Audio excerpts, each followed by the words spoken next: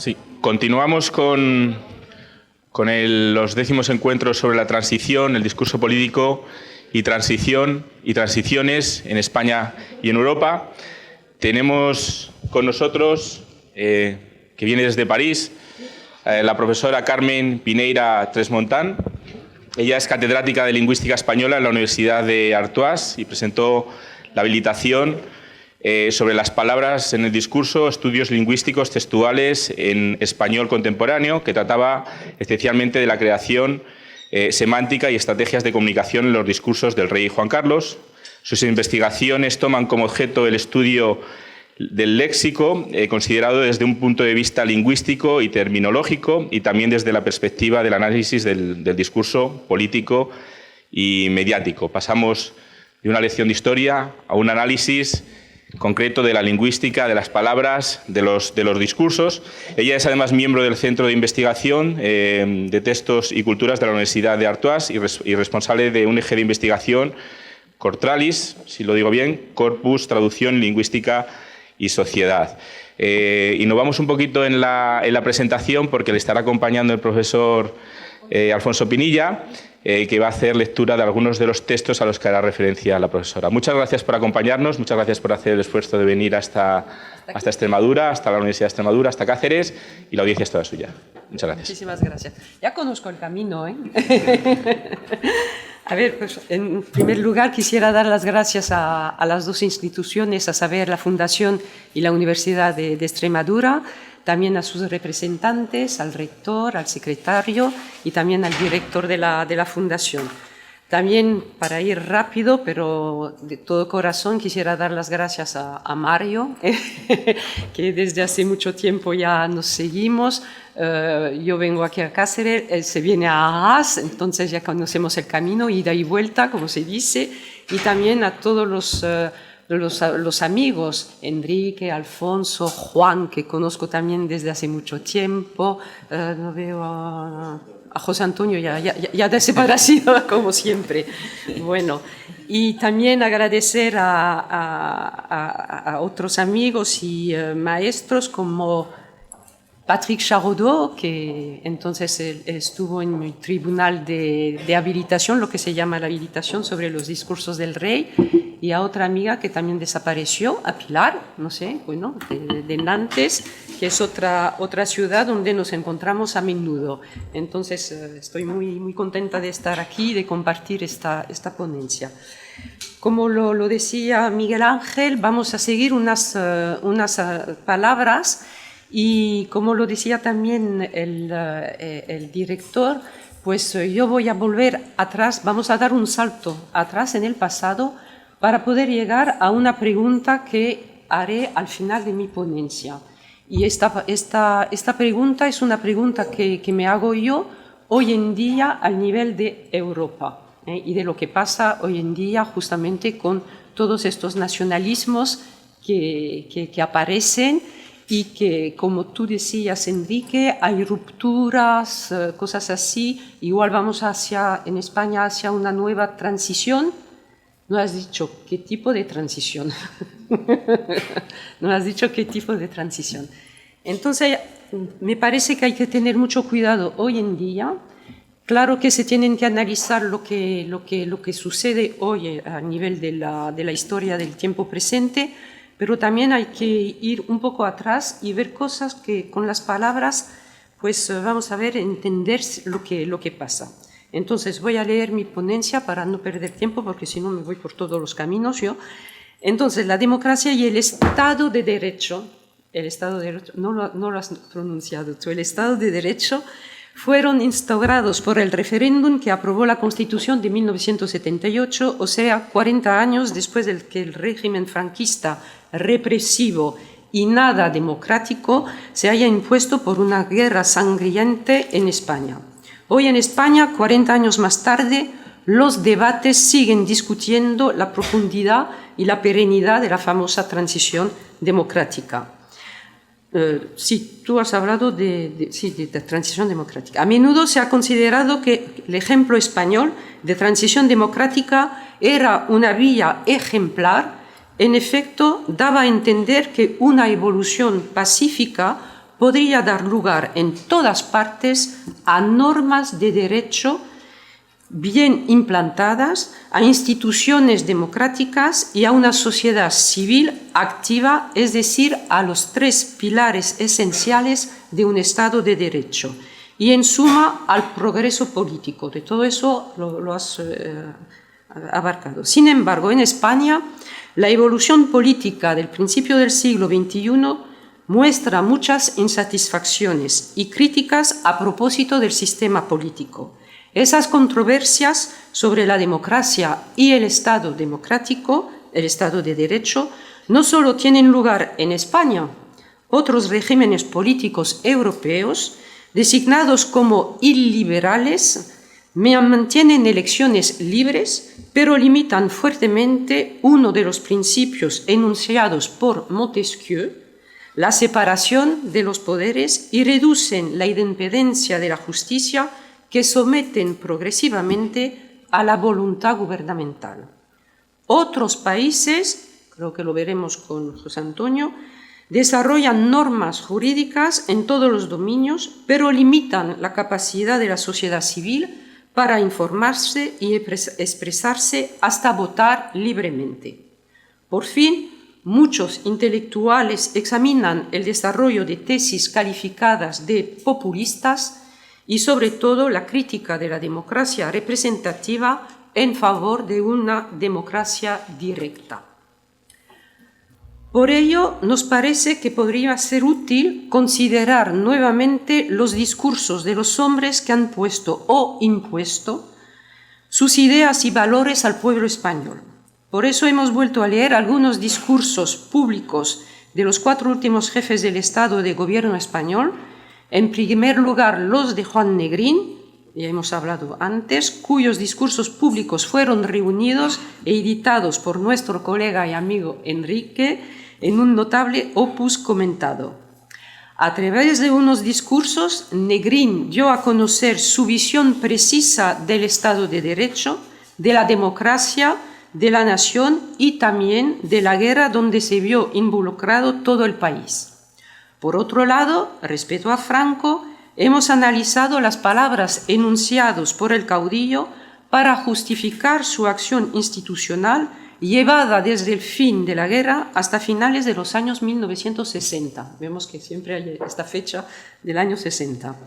Y a continuación consideraremos las palabras del rey Juan Carlos I, que llevó a cabo y de manera pacífica la transición política después de su nombramiento en 1975.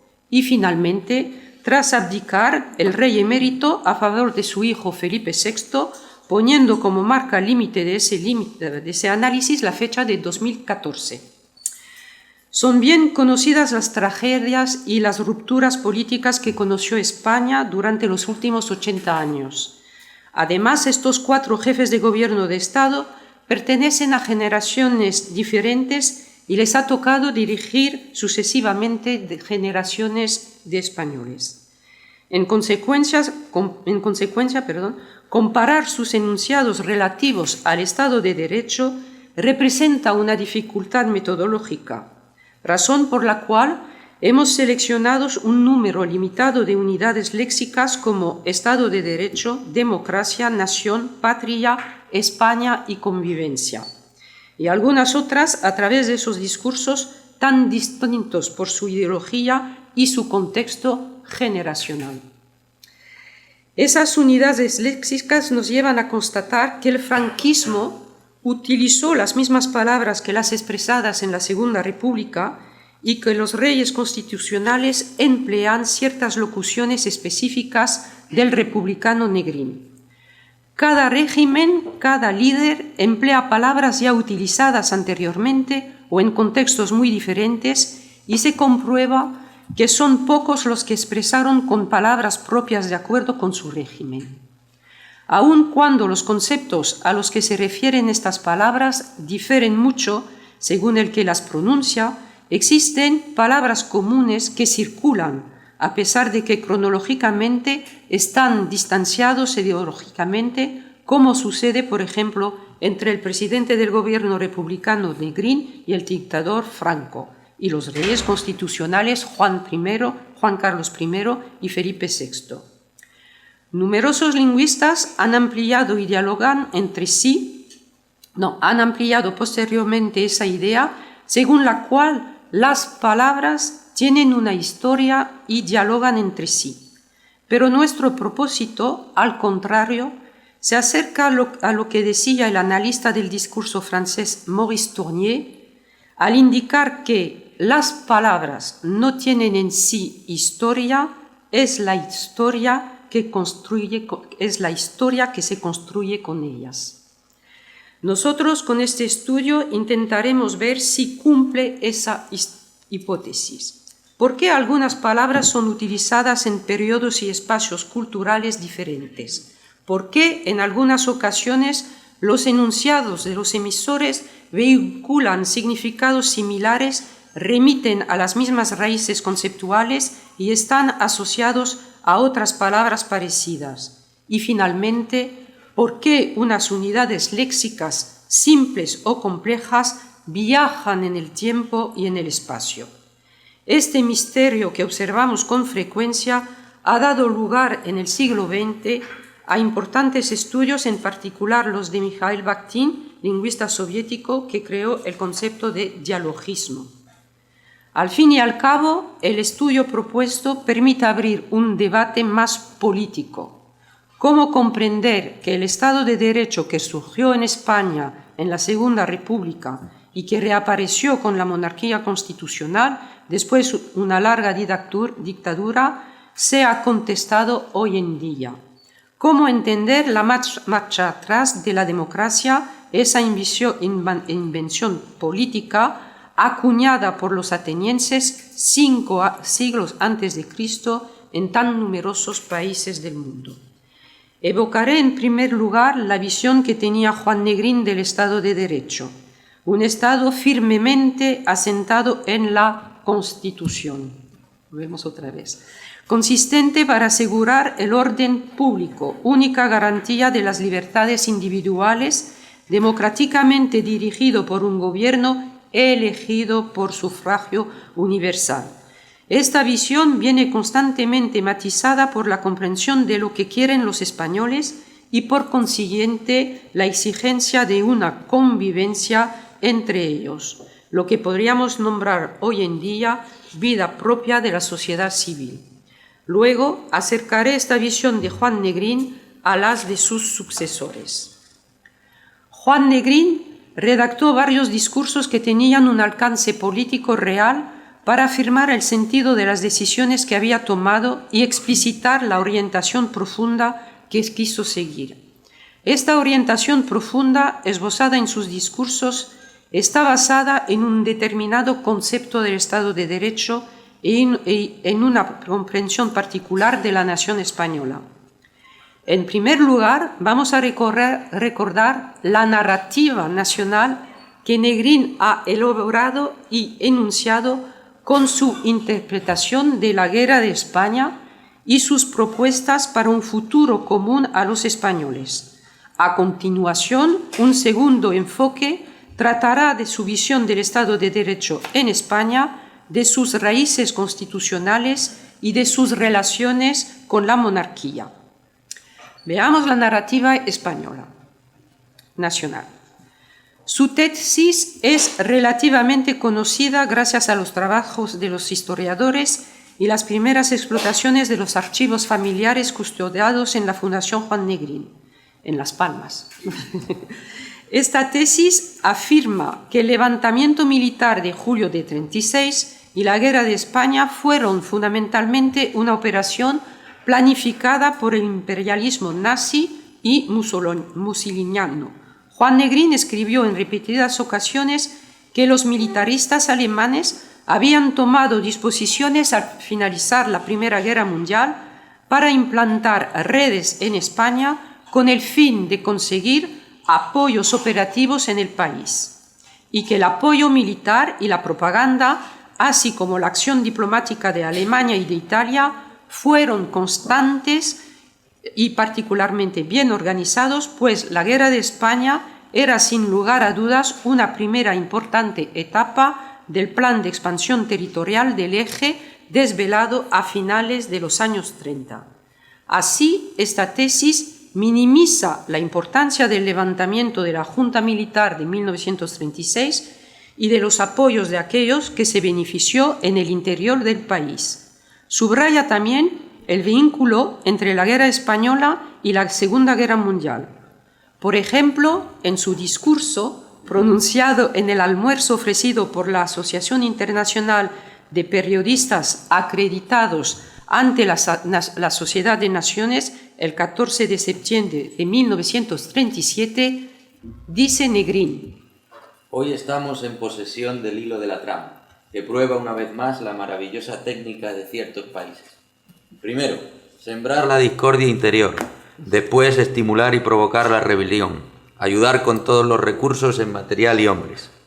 Una hábil propaganda, bien organizada e iniciada de antemano, esparce una nueva leyenda contra España, la leyenda roja. Señores, cuando el complot urdido por el señor Mussolini y Herr Hitler estalló entre nosotros, con la ayuda de unos cuantos ingenuos insensatos, desviados por esos espíritus satánicos, el gobierno de España era un gobierno republicano moderado, en el que no había ni socialistas ni comunistas.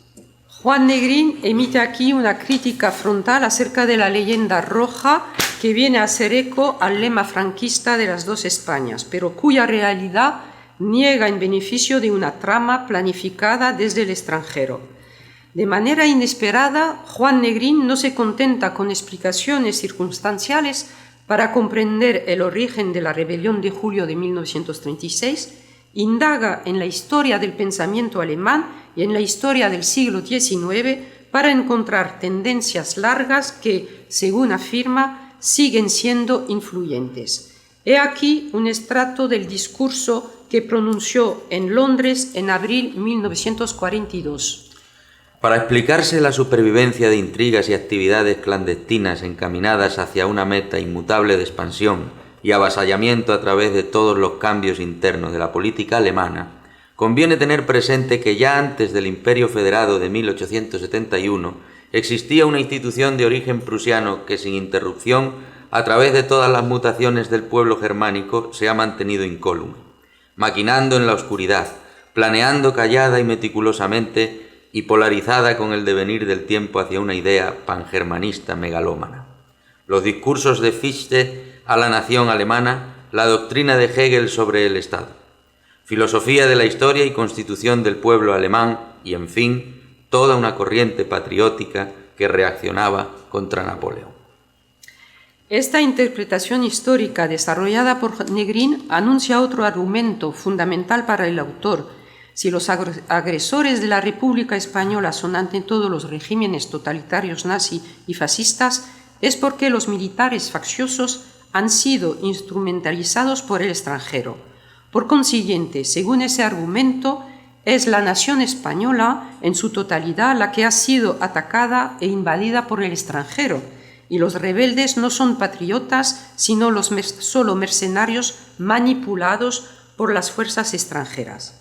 Coherente con su argumentación, Negrín no habla de la guerra civil, sino que dice claramente: de no haber surgido ayudas extrañas, la República hubiera ahogado en germen la rebelión preparada anteriormente por los rectores de ciertas clases privilegiadas, por dirigentes de instituciones fundamentales del Estado, en los que el nuevo régimen, cándido e ingenuo, creyendo en promesas de honor, de adhesión y de lealtad, depositó su confianza, y por metecos que, abusando de nuestra hospitalidad, incubaban en la sombra, dirigidos desde su país de origen, nuestra ruina y la estrangulación de nuestra independencia.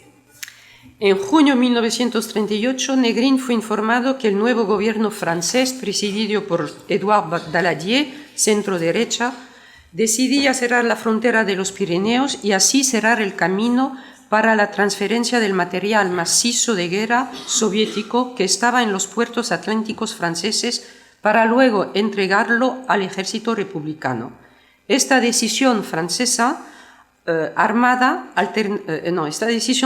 acabó probablemente con la estrategia defendida por Negrín de resistencia armada alternativa que había logrado hacer prevalecer en contra de opiniones defendidas por otros responsables del gobierno republicano, Azaña y Prieto, por ejemplo. En su famoso discurso radiodifundido desde Madrid el 19 de junio de 1938, quiso movilizar a la población para la defensa de la patria. Para eso reanudó con la narrativa nacional española y en particular con la resistencia a la invasión napoleónica. Desde este magnífico Madrid que por 2 veces en poco más de un siglo ha conquistado la capitalidad de los pueblos hispánicos, al convertirse en un símbolo de la lucha por la independencia patria y en contra de la invasión extranjera. Villa que desde su entrada en la historia supo parear en singular contraste la jocundidad y la firmeza. Desde este Madrid, que hace más de 400 años se alineó en levantamiento comunero para destacarse siempre con su peculiar gesto de donaire, desdén y fiereza en la repulsa al meteco impertinente. Desde esta ciudad incomparable, leve y densa a la vez, crisol donde se homogenizan todos los particularismos de los pueblos y regiones de nuestra tierra, me dirijo a la nación española para fundamentar ante los combatientes del frente y los trabajadores de la retaguardia nuestra confianza en el triunfo. Después de haber recordado su análisis a propósito de los promotores de la guerra, concluye diciendo: España necesita... Ya lo toma, ya lo... Bueno. Ya está. Me estoy metiendo ya en el papel. Ya está. España necesitará a todos sus hijos, a los hombres, no a los eunucos, y oídlo bien, aunque a muchos no les agrade. Más fácil será entenderse con el adversario de ayer, enemigo de hoy, quizá colaborador de mañana, que con el espectador cauto, que nada arriesga, que con todos quisiera estar a bien, por poseer una superhombría tan previsoria que les veda terciar en su contienda. Que espera, en fin, más allá de la barrera, el momento de saltar y uncirse al carro del triunfador, para limpiarle los faldones y oropelarle para luego, cuando en ello no haya riesgo, esterilizarle en su labor, con una crítica fría, sin alma ni cariño. Esta crítica acerba del espectador cauto puede que se inspire del famoso texto de Antonio Gramsci publicado en 1917, 20 años antes, y titulado Odio a los indiferentes.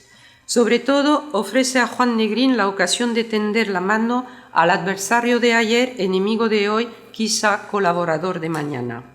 Algunos de los discursos, incluso tardíos, de Negrín subrayan la necesidad de una tregua en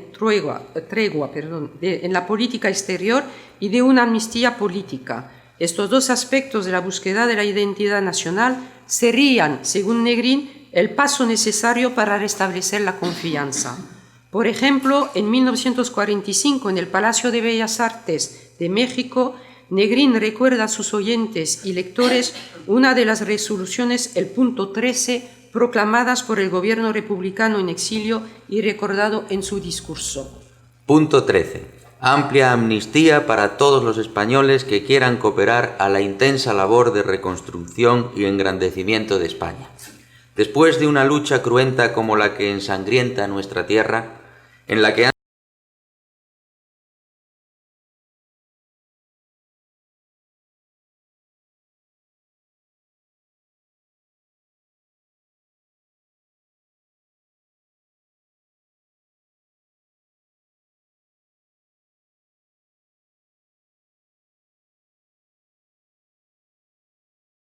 Esta propuesta de amnistía fue primero un gesto político. Sin embargo, podemos apreciar con claridad en la elección de las palabras que la amnistía es presentada como una obligación imperiosa para el bienestar de nuestra patria y de todos sus hijos. Personalización de la madre patria, evocación de antiguas tradiciones, viejas virtudes de heroísmo y de idealidad de la raza. Estas evocaciones son sorprendentes para un dirigente republicano. Podemos ver en ellas el interés por las tradiciones ancestrales que han labrado a lo largo de los siglos el espíritu español. Juan Negrín se muestra, pues, de manera implícita como un dirigente que encarna el espíritu de España, con sus tradiciones, su presente y sus deberes para con las generaciones futuras. ¿Cómo podemos comprender la existencia de esta aptitud para defender un patrimonio propio. Es lo que explica Negrín en otro extracto del mismo discurso. Como tampoco podemos admitir los españoles que la expresión de la voluntad del pueblo pueda llegar a envolver implícitamente la negación de la libertad, prerrogativa humana aún más irrenunciable que la vida, ya que su enajenación compromete no solo los derechos propios del individuo, sino también los derechos de los demás, y por ende los de las generaciones futuras. Fácil es comprender tales sentimientos para los que concebimos la nación como una comunidad espiritual en la que la colectividad contemporánea representa solo una pieza en el engranaje de las generaciones del ayer, de las que recibimos un legado, como de las del mañana, a las cuales debemos traspasarlo enriquecido y superado. Estos extractos nos permiten apreciar la visión de Juan Negrín. La nación española es una comunidad colectiva espiritual y por consiguiente los ciudadanos contemporáneos tienen el deber de recibir un legado y de transmitirlo enriquecido y superado. Para Negrín, los ciudadanos de hoy pertenecen a una historia larga recibida de sus antepasados y son responsables de transmitirla a su vez a sus descendientes. Por lo tanto, el patrimonio irrefragable de libertades y de independencia comprende también una memoria larga que ha sido transmitida por los mayores. La defensa de este patrimonio nacional es un deber absoluto y no obedece a una elección individual o a circunstancias políticas. Veamos ahora las palabras que caracterizan el Estado de Derecho de Juan Negrín. Juan Negrín, que se presenta como un simple miembro de esta comunidad colectiva espiritual, que para él es la nación española, es un líder político que argumenta claramente a favor del Estado de Derecho y de la República. Veamos cómo los caracteriza.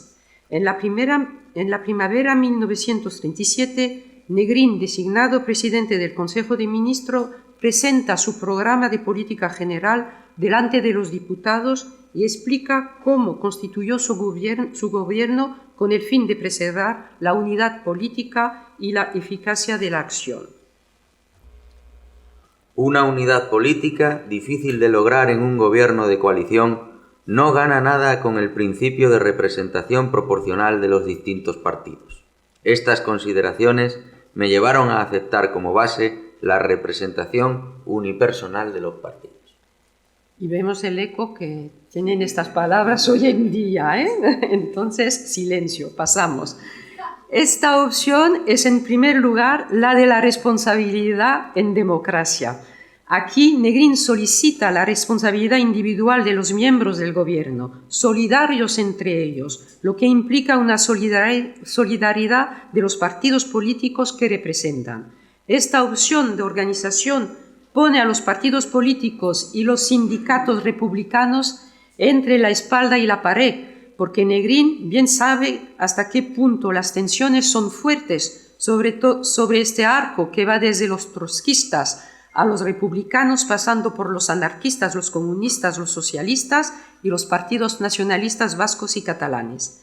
Las misiones del gobierno para Negrín son como las describe a continuación.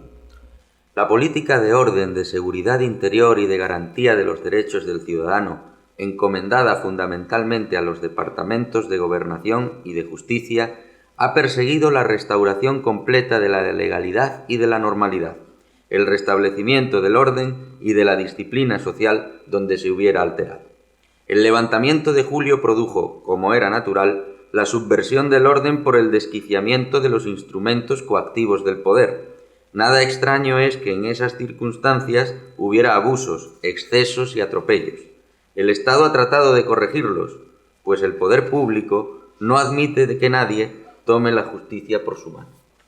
Notamos que Negrín utiliza una fórmula afirmativa que subraya la eficacia del Estado de Derecho republicano, la política del restablecimiento del orden, de la disciplina y de los derechos individuales ha dado resultados y Negrín presenta aquí los resultados obtenidos. Se ha logrado rescatar por el poder público la autoridad en el ejercicio del orden. Se han suprimido todos aquellos organismos surgidos al margen de la legalidad o de la Constitución y de las leyes fundamentales, que habían absorbido funciones propias del Estado. Se han restablecido las garantías de la seguridad personal e individual y hoy día la cédula política de los ciudadanos sometidos a la legalidad no ocasiona diferencias, antipatías o privilegios. Se ha logrado restablecer la independencia en la administración de justicia. El funcionamiento del Estado de Derecho viene condicionado, según Negrín, por el restablecimiento de un orden público tanto más riguroso que la República está en guerra. Por otro lado, y desde un punto de vista institucional, Negrín examina con severidad la historia de la monarquía española para destacar los aspectos más importantes del Estado de Derecho español. Según Negrín, la crítica del pueblo español dirigida a la monarquía es su ineficacia, su incapacidad y su desorden que condujo a la guerra civil.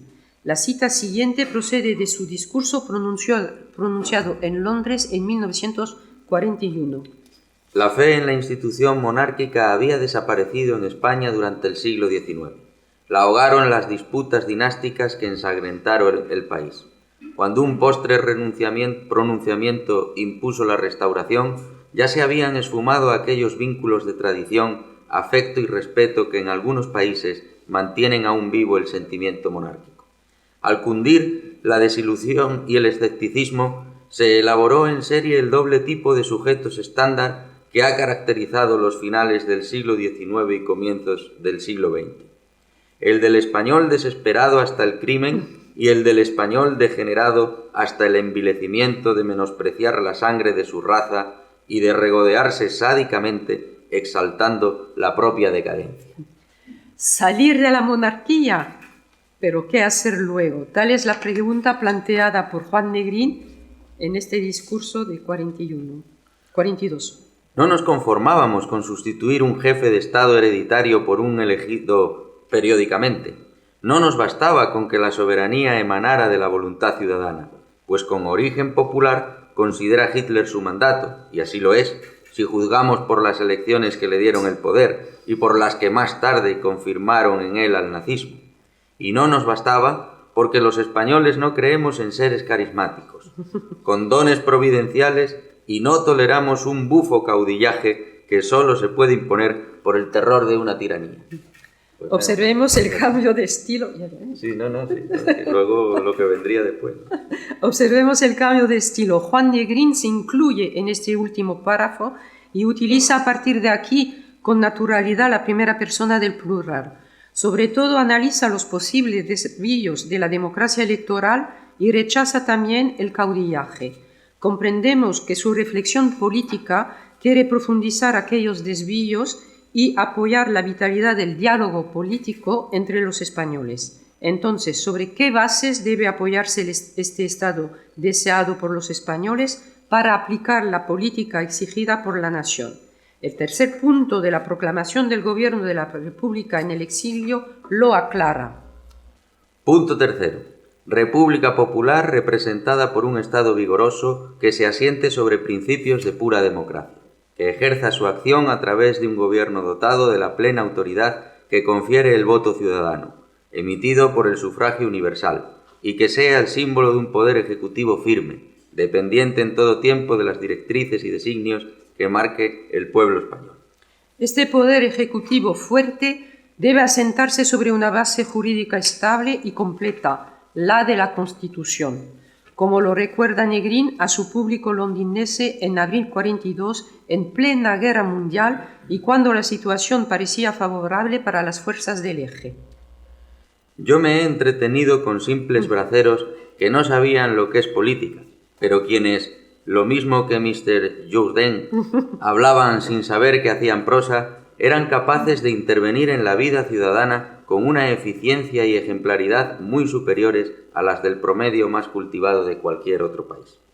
En la masa de gentes de nuestra tierra, sensibles a la palabra llana, al gesto claro y al propósito generoso, en los letrados como en los incultos, podremos contar, estad seguros, para que el día en que España recobre su libertad, inspirándose en los principios de nuestra Constitución, se recupere rápidamente la tranquilidad moral del país y resurja nuestra patria de sus ruinas y miserias. Negrín insiste sobre esta cuestión en todos sus discursos. El pueblo español exige mayoritariamente el fin de las incertidumbres y de los desórdenes. Ello confiere un papel preponderante a un Estado democrático y fuerte, fundado sobre los principios constitucionales, como lo recuerda el propio Negrín en México en 1945. ¿Y qué es lo que quieren los españoles? Voy a deciros cuál es mi convicción de lo que quieren los españoles. En España hay una gran masa neutra, esa masa neutra que es la que resuelve los problemas y las cuestiones. Esa masa neutra fue la que trajo la República en el año de 1931. Con esa masa neutra hemos hecho la guerra. Esa masa neutra está harta de odios y violencias, está deseosa de amor y de generosidad. Otros pocos, gente equivocada pero honesta, han sido nuestros peores y más terribles enemigos y hoy día sé que si vieran una solución a la situación presente de España, muchos de ellos nos abrirían las puertas sin pedir gracias ni compensaciones, porque por encima de sus intereses e ideologías políticas tienen el amor a España. Y finalmente aparece una peculiar expresión, la convivencia. En su discurso de Londres de abril de 1942, Negrín recuerda los acontecimientos revolucionarios de los principios de la Segunda Guerra Mundial. Condescendencia y compromiso son bases de la convivencia en épocas de normalidad, pero en los periodos climatéricos de un pueblo, que demandan cambios bruscos y profundos, toda rémora o paliativo descoyunta la armazón del Estado y arrastra al país hacia la descomposición y el caos. España, al instaurarse la República, entró en una crisis de madurez e innovación que reclamaba el remover de raíz los tradicionales obstáculos a su engrandecimiento y progreso. Este análisis político de la historia reciente es el resultado de una reflexión personal muy meditada, sin emoción ni compromiso. Sin embargo, pocos años después, en 1946, Negrín vuelve a tratar esta cuestión, analizándola desde el punto de vista de la reconciliación de los españoles. Para triunfar se necesita algo más que prédicas inflamatorias y algo distinto del dar rienda suelta al odio y al rencor.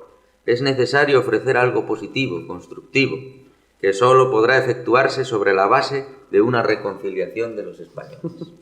Así, al final de la Segunda Guerra Mundial, concluye Negrín de manera visionaria, pues ya sabe que su acción personal no le permitirá alcanzar este objetivo. La reunión con la masa neutra e incluso con los enemigos del ayer por el amor a la patria exige un acuerdo nacional fundado en los principios claros que han sido explicitados. La reconciliación y la convivencia son los objetivos prioritarios desde el punto de vista del dirigente republicano. Nos hemos extendido para evocar la visión de Negrín que desarrolló a propósito del Estado de Derecho, y esa visión lo conduce a exigir una convivencia entre los españoles que podríamos calificar hoy día de vida propia de la sociedad civil. Ahora vamos a comparar, pero menos detenidamente, la visión de los sucesores de Negrín, tomando en cuenta las mismas unidades léxicas, pero de manera más breve. El régimen político impuesto por Franco, amparado por la Iglesia Católica y las Fuerzas Armadas y con un gran formalismo legislativo y reglamentario, fue calificado de dictatorial y no democrático. Rápidamente, Franco constituyó nuevas cortes, reuniendo a los representantes de los municipios, de las provincias y de algunos cuerpos intermediarios. Franco representó de manera regular sus mensajes ante estas cortes. En su discurso del 14 de mayo de 1946, Franco anunció ante las nuevas cortes algunos de los principales conceptos relativos al Estado y a la democracia. Sus palabras parecían, por una parte, una justificación ideológica de las bases e instituciones del nuevo régimen y, por otra, unas respuestas a los mensajes emitidos por el republicano Negrín. Vamos a... No me va a salir la voz aflautada. Bueno. Lo siento, pero... Bueno. La vida de las naciones es en los tiempos modernos tan intensa, compleja y accidentada que ya encierra en sí misma bastantes obstáculos para que éstos se acrecienten con la labor torpeadora de los grupos políticos. Los problemas legislativos exigen eficacia y resolución, sin que la natural discusión de lo más conveniente sea bastardeada por los intereses mezquinos y las pasiones de los grupos. En España el gobierno de la nación discurre dentro de las leyes y con sujeción a las normas de un derecho preestablecido. El poder judicial es desempeñado por unos magistrados y jueces de carrera que desarrollan sus actividades judiciales con completa independencia del poder ejecutivo. Las Cortes españolas reciben los proyectos de leyes del gobierno y analizan, discuten y reforman o perfeccionan su contenido. ¿Es que no tiene más fuerza y expresión del sentimiento y de la voluntad la acción de 1.200.000 soldados españoles que se han batido por una causa que el que entraña el acto de depositar un papelito en una urna sujeto a todos los fraudes y suplantaciones que el sistema de elecciones constantemente registra? Para nosotros tiene más importancia lo que acentúa el valor de la personalidad humana, la plena valorización del individuo, que la democracia formalista y garrula que lo explota. O gárrula. Eso. A esa democracia convencional nosotros oponemos una democracia católica y orgánica. La igualdad de los hombres ante la ley, el derecho al trabajo es una de las bases de la vida católica. La seguridad social no se definirá nunca mejor que en aquel momento que levantó León XIII con su Rerum Novarum. La diferencia entre la justicia católica y la justicia laica, y no digamos la atea, es tan grande que existe entre ellas un verdadero abismo. La primera está presidida por una conciencia moral, la segunda es fría y sin corazón. Así, Franco rechaza lo que llama la democracia convencional o formalista para imponer una democracia católica y orgánica, y presume hacer referencia a la encíclica papal de 1891 para instaurar un orden económico y social justo. En un discurso posterior, el 3 de junio de 1961, Franco experimenta la necesidad de repetir ante las Cortes las características fundamentales de su visión del Estado de Derecho en España. Sus mensajes ilustran con claridad una concepción del Estado y de la democracia, una doctrina, según él, que ha tomado de las tradiciones fascistas y católica. En esta tradición, el pueblo está compuesto por personas que son sustancialmente definidas por su identidad familiar, profesional, territorial. Los ciudadanos no existen como personas individuales libres de elección y conscientes de sus derechos y deberes. Abrimos hoy la 7ª legislatura del régimen. Nuestro Estado significa la sustitución total de viejos moldes por otros radicalmente distintos. No constituye una simple situación de hecho, sino un auténtico Estado de Derecho. Yo creo que jamás hubo en la historia de España un Estado más legítimo, más popular y más representativo que el que empezamos a forjar hace casi un cuarto de siglo. Y te toca otra vez. Es lamentable que todavía haya quienes equivocadamente propugnan como único cauce de representación política el voto individualista e inorgánico, que manipulan los partidos banderizos y trucan los complicados cubileteos electorales. Nuestro régimen ha abierto cauce limpio, proclamando como doctrina que la participación del pueblo se llevará a cabo a través de la familia, del municipio, del sindicato y demás entidades con representación orgánica. En resumen, todo el pueblo español articulado en sus entidades naturales y profesionales está representado en las Cortes, cuya composición ofrece una imagen más fiel de la realidad del país que la resultante de un sufragio inorgánico. España no es una simple masa de individuos dispersos. Paralelamente al restablecimiento del Estado de Derecho franquista, Franco desarrolló su propia narrativa nacional para dar un hilo coherente a sus argumentos institucionales. En un discurso pronunciado el 17 de marzo 43 delante de las Cortes proclamó, Con la apertura de las Cortes españolas iniciamos una etapa decisiva del orden nuevo, en la que con claridad y rigor se establece un sistema institucional de plenitud jurídica que abre a los elementos constitutivos de la comunidad nacional un cauce real para su colaboración de las tareas del Estado. En el siglo XII, con las primeras Cortes de Castilla, se inició la colaboración del pueblo en las tareas del Estado, apareciendo ya entonces el interés popular representado por los procuradores de los municipios. La historia de las Cortes de Castilla es una pugna constante entre el elemento popular y los poderes seculares más fuertes y violentos. Con la Guerra de Sucesión acaban por sucumbir las viejas tradiciones, hasta que el grandioso alzamiento nacional del 2 de mayo, turbiamente explotado por enciclopedistas y masones, permite asentar bajo la máscara de los anhelos patrióticos y populares, el régimen liberal, parlamentario, que presidió los días más tristes de nuestra patria. La narrativa nacional contribuye a justificar las decisiones institucionales y políticas porque les da un sentido que cada uno puede asimilar. Es un ejercicio de tipo ucrónico. Franco desarrolló un argumento favorable a su concepción del Estado de Derecho. Si miramos al siglo y medio transcurrido desde la invasión francesa con monarquías o repúblicas, las sucesiones entrañaron para España revoluciones y catástrofes.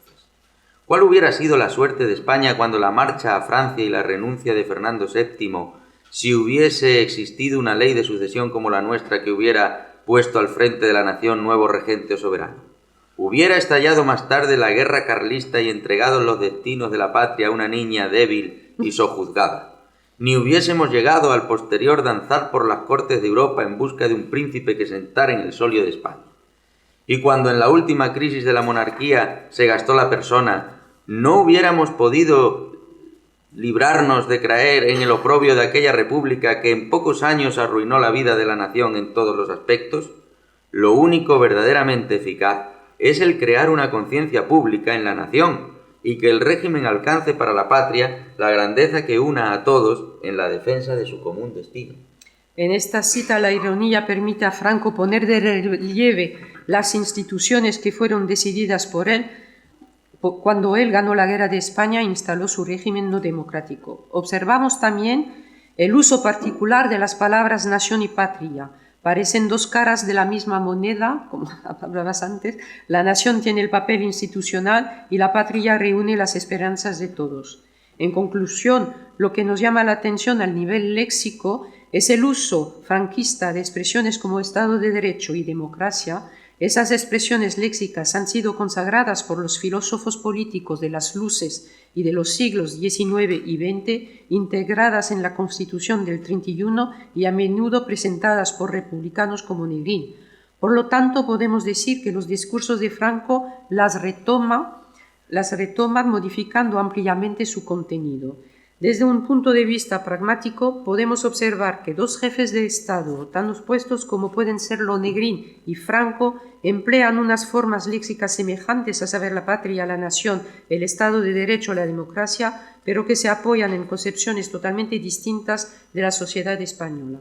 Al contrario de la referencia del ciudadano de Negrín, Franco considera que la grandeza de la cruzada está en haber conseguido la activa y mutua participación de todos los buenos españoles, sin distinción de matices, en la epopeya más gloriosa de nuestra historia. Una nación en pie de guerra es un referéndum inapelable, un voto que no se puede comprar. Vamos a pasar al rey. El rey emérito, a pesar de todas las críticas que dirigió al sistema monárquico, fue Franco mismo el que preparó en el 69 su sucesión con la transferencia del poder a un monarca designado a Juan Carlos como sucesor. Tras la muerte de Franco en 1975, Juan Carlos I retomó la tradición de los discursos de fin de año. Las palabras del rey Juan Carlos que hemos seleccionado son las siguientes: la nación española, la patria, la constitución, la convivencia y la guerra civil. La nación española ocupa un lugar central en el proyecto político del rey Juan Carlos y el mantenimiento de su unidad justifica la proclamación del rey como fundador de una monarquía parlamentaria en España. En el 76 el rey se dirige por primera vez a los españoles con un mensaje particular. Ahora te toca ser el rey. Bueno, en fin.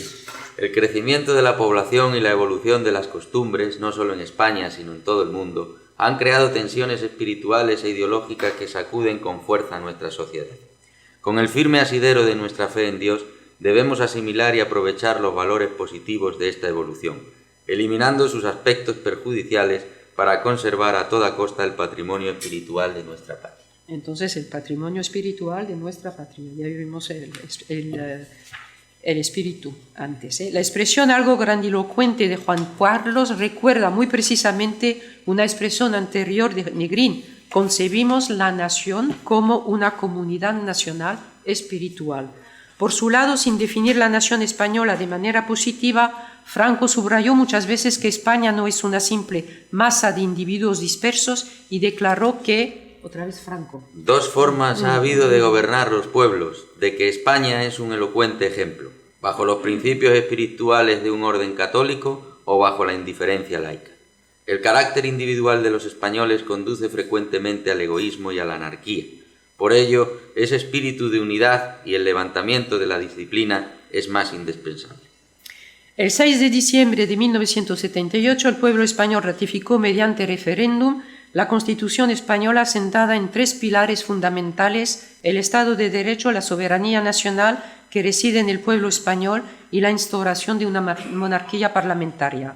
En su mensaje navideño de 1979, el rey retoma los principios de la Constitución: garantizar dentro de ella y de las leyes la convivencia democrática conforme a un orden económico y social justo, consolidar un Estado de Derecho que asegure el imperio de la ley como expresión de la voluntad popular y establecer una sociedad democrática avanzada, y a nadie que menos podemos hacer como españoles de hoy que evitar a las nuevas generaciones que tengan que optar entre una España que muere y otra España que bosteza.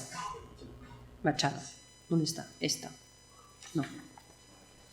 Atrás, aquí, está.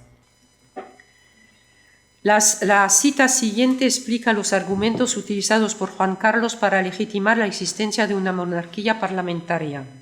Vinculada a la monarquía que encarnó al fundamental propósito de devolver la soberanía al pueblo español, y alcanzado este objetivo expuesto al inaugurar mi honrosa tarea como rey de España, hago el propósito de que la corona continúe y ahonde su voluntad de robustecer la solidaridad de los españoles, su voluntad de unir a individuos, familias y pueblos, de armonizar sus intereses, de alentarles en la función vertebral de vivir y convivir con grandeza en la patria común. La célebre expresión devolver la soberanía al pueblo español es tanto un gesto político para confirmar el compromiso de todos los españoles en torno al Estado de Derecho y a la soberanía popular, como una extraña confesión. En efecto, ¿cómo es posible devolver al pueblo esa soberanía sin confesar que previamente le había sido arrebatada? La Constitución española del 78 es, por un lado, innovadora, pues instaura una monarquía parlamentaria, régimen político que hasta entonces nunca había existido en España, y por otro supone un regreso al orden constitucional establecido brevemente por la Segunda República, es decir, al Estado de Derecho y la soberanía del pueblo. En este aspecto es evidente el vínculo entre los discursos del rey Juan Carlos y los de Negrín. A propósito de la convivencia, Juan Carlos I retoma muy exactamente el argumento ya expresado por Negrín, el de una continuidad histórica entre los antepasados que construyeron la nación española y la legan como una sagrada herencia a los ciudadanos de hoy día y a las generaciones futuras que recibirán este tesoro nacional entregado por estos mismos ciudadanos que lo habrán preservado y enriquecido. Dice en 79... Porque de forma misteriosa, por el secreto flujo de la historia en estos instantes de intimidad familiar, se juntan los anhelos de los que nos precedieron con los de quienes ahora vivimos, la España del pasado con la del futuro. Se unen y se comunican recuerdos e ilusiones, nuestras mínimas fronteras de hombres se extienden hasta otras más largas y unánimes, y nuestra España pequeña y cordial se funde con otra grande y maternal, que ha llorado y luchado por nosotros y cuyo aliento es inextinguible. La convivencia entre los españoles es la palabra elegida por Juan Carlos y utilizada con frecuencia y de forma destacada en sus diferentes discursos. Como observamos en la cita siguiente, el rey le da a esta palabra el mismo significado que le daba Negrín a la palabra consenso en sus discursos. El argumento que apoya la necesaria convivencia es también el mismo que defiende el consenso. Solo la unidad de los españoles puede asegurar la perenidad del país, mientras que las divisiones y los conflictos conducen a la debilidad o peor aún al fin de la nación. Es elocuente la similitud de las palabras y de los argumentos a 35 años de distancia. Veamos un discurso del 86. Ahora que la convivencia pacífica y las libertades son una realidad definitivamente alcanzada, debemos fortalecer el propósito de guiar para siempre nuestra vida colectiva a través del diálogo y el respeto mutuo como únicos instrumentos válidos para resolver los problemas. Hemos construido entre todos un sistema político basado en la libertad, la voluntad democrática de las mayorías y el respeto de las minorías, la representación pacífica y constructiva de los intereses y de las ideas y la autoridad legítima de las instituciones. Podemos decir y reconocer que la democracia basada en el sufragio universal ha funcionado en sus mecanismos esenciales. Como lo hemos dicho anteriormente, la unidad de todos los españoles es una preocupación constante de Juan Carlos en sus discursos. La menciona de manera insistente y repetitiva. Sin embargo, en el discurso de la Navidad de 1986 abandona su presentación generalmente positiva de esta necesaria unidad nacional y por primera vez menciona la guerra civil que enfrentó a los españoles de 36 al 39. Al cumplirse 10 años desde que se inició el proceso democrático, hemos de recordar también el cincuentenario de una guerra civil que enfrentó a españoles con españoles. Lo ocurrido está ya escrito en la historia y el legado de nuestro presente, pero su recuerdo debe servir para que cada uno de nosotros, viejos o jóvenes, protagonistas, testigos o simplemente conocedores de aquellos hechos, reflexionemos en la intimidad de nuestras conciencias y obtengamos conclusiones del recuerdo, borrando cicatrices, eliminando de nuestro ánimo todo vestigio de enfrentamiento o violencia y afirmando el espíritu de paz y armonía que ha de inspirarnos. El rey Juan Carlos evoca pues la guerra civil española 11 años después de su llegada al trono, relacionando de esta manera el cincuentenario de esta guerra con los 10 años del proceso democrático y atribuyéndose implícitamente la autoría de dicho proceso. Esta referencia histórica desentona en los discursos de Juan Carlos, que suele utilizar un estilo muy positivo y púdico para evocar las dificultades y los conflictos interiores. Además, a diferencia de las tesis de Negrín, califica esta guerra de guerra civil que enfrentó a españoles con españoles. Sin embargo, al contrario, Negrín afirma que el espíritu de paz y armonía es el que ha de inspirarnos. Desde cierto punto de vista, la oposición a Franco es total, ya que éste sigue valorando incluso hasta los años 60 lo que llama la cruzada y considerando la nación española en pie de guerra. Veamos rápidamente las palabras del rey Felipe VI antes de llegar a mi pregunta. Enunciar mensajes claros y fuertes durante el fin de un reino o el inicio de otro habrá sido un desafío político para la institución monárquica. Por una parte, el monarca ha seguido en expresar mensajes fuertes y repetidos y por otra ha tenido la voluntad de dar cuerpo al cambio de monarca. Desde 2008, España conoció a la vez un contexto económico duro, la emergencia de nuevos actores políticos en España, Podemos, Ciudadanos y Vox, como alternancia entre el PSOE y el PP en el gobierno y el agudizamiento de las tensiones entre el gobierno nacional y los independentistas catalanes. Por otro lado, han seguido desarrollándose unas evoluciones profundas en la sociedad española, por ejemplo, el impacto del desempleo masivo y el hecho de cuestionar graves males como la corrupción y el machismo. Recordemos finalmente que la posición del monarca constitucional está algo abucheada durante este periodo, o sea, unas décadas después del voto de la Constitución del 78. Por una parte, algunos desengaños de la familia real han dañado su reputación y por otro lado, las ideas republicanas se están difundiendo cada vez más. El rey Felipe VI, nacido en 1968, es demasiado joven por haber conocido realmente el régimen franquista. Además, su educación se hizo en una España en transición democrática y en plena modernización económica y social. Accede al trono en junio de 2014 y pronuncia su primer mensaje de fin de año el 24 de diciembre del mismo año. En perfecta sintonía en la continuidad, ambos reyes subrayan la necesidad de respetar la Constitución y las leyes. No obstante, las siguientes citas señalan una toma de relevo entre los dos reyes. El rey Juan Carlos afirmaba en 2012 que la convivencia recae en los valores de respeto mutuo y de lealtad recíproca dentro del marco que representa la Constitución de 1978. Ya en 2013 no vacilaba en reconocer que hay funcionamiento del Estado de Derecho para que la ejemplaridad presida las instituciones, para que se cumplan y hagan cumplir la Constitución y las leyes, y para que las diferencias y las controversias se resuelvan con arreglo a las reglas de juego democráticas aprobadas por todos. El respeto de esas reglas es la garantía de nuestra convivencia y la fortaleza de nuestra democracia. Esta es una verdad incuestionable que debemos tener muy en cuenta. Muy en cuenta, ¿no? Muy en cuenta. Juan Carlos. Juan Carlos. En cuanto a la realización de adaptaciones, el rey Juan Carlos se conforma con recordar los principios enunciados en 1979. Son esos. Son eso, No, lo que acabas de leer.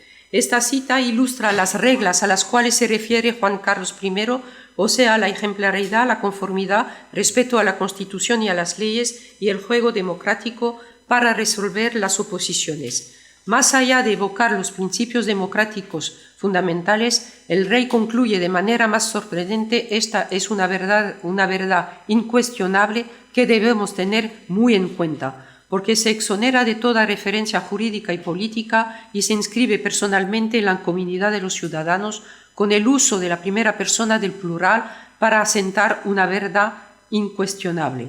El rey Felipe VI contesta a esta llamada ya en su discurso navideño de 2014. Debemos seguir avanzando en nuestra convivencia política paso a paso, adaptándola a las necesidades de nuestro tiempo.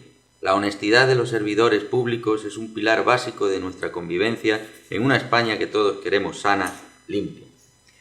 En él califica entonces España de sana, limpia, retomando por su cuenta la imagen de la corrupción que enferma y ensucia como si el país fuera un gran cuerpo humano. Implícitamente, esta afirmación significa que los servidores públicos han de actuar con honestidad, con una virtud personal para seguir perteneciendo a la comunidad todos queremos. El estilo es directo, casi acusador, y Felipe VI acuerda denunciar, uniéndose a la opinión pública, a los corruptos, entrando así en el palenque político, apuntando los objetivos que vienen compartidos por dicha opinión pública: la lucha contra la corrupción. Aquí notamos que Felipe VI cuestiona de manera más directa que Juan Carlos el comportamiento de los servidores del Estado al reclamar su honestidad. Este discurso, como el de su padre, define el funcionamiento del Estado de Derecho como el resultado del comportamiento ejemplar y, según los de Felipe VI, sano y limpio de los funcionarios y en particular de los responsables. Es evidente el contraste con el discurso de Juan Negrín a propósito del Estado de Derecho, que ha restablecido el orden, la disciplina y los derechos individuales, y todo eso en tiempos de guerra. A 80 años de distancia podemos constatar el debilitamiento de la eficacia del Estado de Derecho. El rey Felipe VI es el único en expresarse a propósito de Cataluña. Lo hace de manera política y directa. Ya en su discurso de 2014 y otra vez en 2017, el rey describe un proceso lleno de obstáculos, como indica en esta frase: que ahora deben afrontar los problemas que afectan a todos los catalanes, respetando la pluralidad y pensando con responsabilidad en el bien común de todos. Su discurso emplea un modo descriptivo, pero el rey insiste en el necesario respeto de la pluralidad y la responsabilidad indispensable de los actos elegidos. No alude al respeto del compromiso constitucional de 78 como si fuera evidente. Por consiguiente, la opción independentista no tiene voz ni voto. La referencia léxica al caso catalán es ilustrativa de la diferencia entre los dos personajes. En los discursos del rey Juan Carlos no parece ninguna ocurrencia en relación directa con los movimientos de contestación, ni se alude a dicha región autónoma, lo que no le impide recurrir con insistencia cada año al equilibrio constitucional establecido entre las voluntades de autonomía y las necesidades de cohesión nacional en varios aspectos. A contrario, el rey Felipe VI enuncia sus preguntas y sus argumentos de manera explícita. Ya en 2014 busca poner a los electores y a los diputados frente a sus responsabilidades respecto a la Constitución y al porvenir común. Entonces, para acabar, llego a mis preguntas, pero tengo que hacer unas conclusiones. Al final de este viaje de 80 años a través del filtro de unas palabras políticas españolas, tenemos que dejar claro que todas fueron repetidas como si pertenecieran en un mismo sistema léxico. Después de 80 años de recurrencia, tienen ahora una vida bastante larga, como si hubieran sido una parte del camino de los españoles hacia un destino mejor. Es verdad que estas palabras han cambiado de sentido de un tiempo a otro, pero han mantenido la extrema importancia que le dieron los jefes del Estado español. Entre ellas está Estado de Derecho, democracia, patria, nación, y algunas otras parecen pertenecer a un patrimonio común de la historia española reciente. De manera singular, los 4 jefes de Estado de España quisieron absolutamente poner de relieve el léxico de Montesquieu y de la filosofía política clásica, no solamente el republicano Negrín, sino también el antidemocrático Franco y los 2 reyes constitucionalistas. Por otra parte, hemos visto hasta qué punto la recurrencia de este léxico común podría engañar a un lector o a un auditor poco cauto, pues la comparación de aquellas palabras en su contexto léxicos específicos debería conducir a este lector o auditor a una conclusión diferente sin ilusión ninguna. Hay que dejar constancia de que, aun cuando algunos pueden lamentarlo, la historia reciente avanza por un lado y va para atrás en el campo de los principios y de la vida del Estado de Derecho y de la democracia. Por ejemplo, los numerosos movimientos de tipo populistas en España como en Europa y en otras partes del mundo justifican sus acciones defendiendo una democracia real, no la democracia representativa que tiene 3 siglos de edad en Europa y América. Dicen que solo el pueblo real tiene la legitimidad para decidir, no la élite, los políticos corruptos ni los expertos. Fue un argumento muy fuerte cuando los regímenes tomaron de fuerza el poder en el siglo anterior, en varios países disimulando la negación de la democracia detrás de varias ideologías fascistas, comunistas, anticomunistas, peronistas, castristas, nacionalistas. Hace unos años que en varios países unos elementos de las clases sociales medianas, de las opiniones públicas y de los medios de comunicación protestan contra los pilares del Estado de Derecho, porque dicen pertenecen a la élite corrupta que quiere enriquecerse a costa del pueblo. Además, los debates electorales nos dan una imagen muy espectacular del movimiento actual. El recurso a la retórica por parte de los candidatos parece ser un argumento más eficiente para ganar los votos que recurrir a un lenguaje racional y poco emocional como el de Negrín. Al contrario, el discurso del rey Juan Carlos parece intelectual, distante y difícil de comprender cuando habla del patrimonio espiritual de la patria.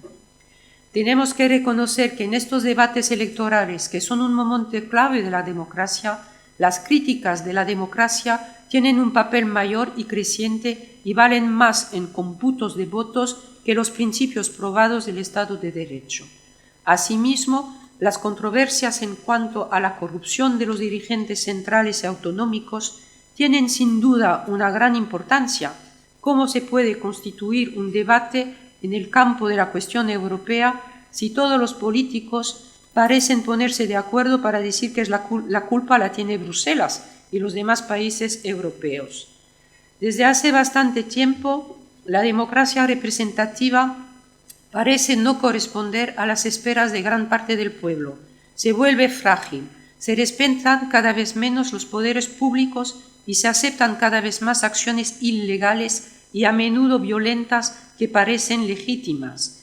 De hecho, el Estado de Derecho se pone en tela de juicio y esta observación es algo que sucede en todos los países occidentales. Desde la crítica de algunos teóricos y de movimientos populistas se intenta deshacer los conceptos y la experiencia acumulada desde siglos y principalmente en España desde la Segunda República.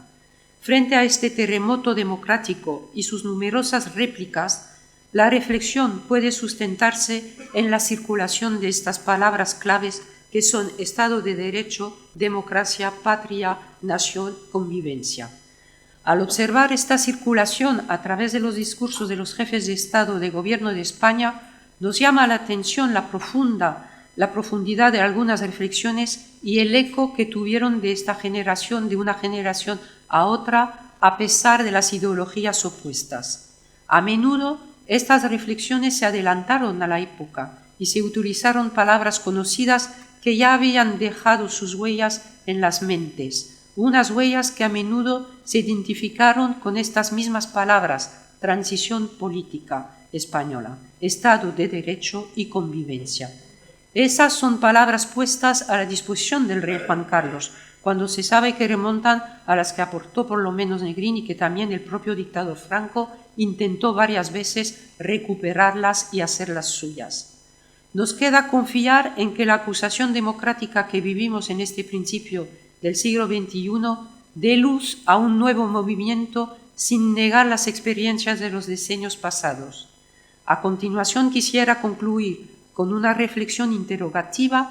Aquellas palabras viajantes fueron durante 80 años no solamente actos de lenguaje, sino también acciones políticas de dirigentes públicos.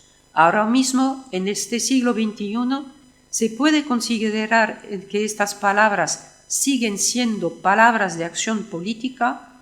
El cuadro conceptual en el que se da el análisis de los discursos de estos 80 últimos años es el del Estado-nación tradicional, mediante el uso de las palabras nación, patria, Estado de Derecho. Por lo tanto, desde unos años o decenios se trata de cuestionar estos estados-naciones puesto en peligro por la mundialización económica y cultural, por el auge de los países que nos imponen más o menos su orden, Estados Unidos, China, Rusia, o por ideologías totalitarias y transnacionales como Al-Qaeda, Estado Islámico.